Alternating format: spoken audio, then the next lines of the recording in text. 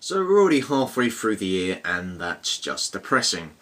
Luckily I don't live in the real world, so I don't have to worry about these kind of things. All I need to worry about is how many games I still haven't played yet. But what about the ones I have played? Well, the end of year top 10 lists are always an enjoyable affair, but I thought it might be a good idea to do 5 iOS games this year that you might have not played, maybe you have played. Either way, I thought it'd be, you know, a pretty cool thing to do, and yeah, that.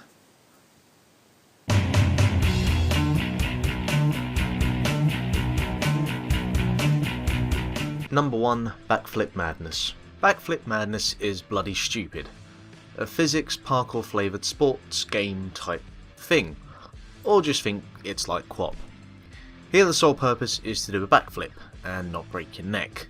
The charm is in the simplicity of the gameplay and the visuals. Garish low quality textures, low poly models and clipping backgrounds all make this game come across as cheap. Fact is, this game was likely created by programmers without a shade of artistic talent behind them.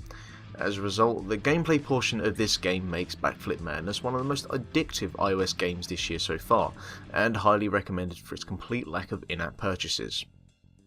Number 2, Ridiculous Fishing.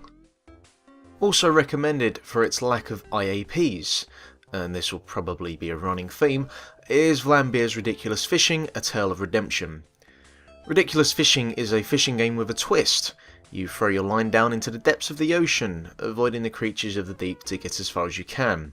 And you'll either get as far as your line will allow you, or you will hook something onto your line. As you start reeling in, you need to catch as many fish as you can while avoiding all the jellyfish that are scattered about. And what do you do after that? You fling them all out of the ocean and blast them to tiny pieces with a shotgun, of course. Sold? Yeah, I imagine you are. The game also has a tiny amount of RPG-ness latched on, with upgrades available from longer fishing lines to toaster attachments. A worthy follow-up to the excellent Super Crate box. Number 3, Hundreds. Hundreds was the long-awaited new release from Semi-Secret Software, who brought us Cannibal, so no pressure then. Credit is to be given though, as Semi-Secret could have easily put together a half-baked sequel, but they instead opted to attempt something entirely original, a wonderfully put together minimalistic puzzler. Hundreds is more centred around timing, with a little bit of luck, than it is about actual problem solving. And yes, it does get a tad frustrating in later levels, but stop being a wimp and go finish them, alright? Also, the website is awesome. Number 4, Impossible Road. This is a Unity developed game which involves making your way down a long winding road, doing your damnedest to not fall off either side. Though it might remind you of Super Monkey Ball, and you'd presume the controls are tilt based, it's more akin to Rainbow Road from the Mario Kart series, but with the difficulty ramped up by about 1,000. I'd appreciate if the ball wasn't so up in your face when hurtling downwards, but Impossible Road is all about tracking 5 seconds ahead. Or you can try and rack up your high score by flinging yourself off the side and ping-ponging your way down. Just be wary, as if you go too far without making contact with the road, it's game over. Number 5, Yearwalk. A rather unsettling, utterly beautiful iOS game from Swedish developer SimOgo. Yearwalk is unlike anything else on this list, or unlike anything else released this year so far.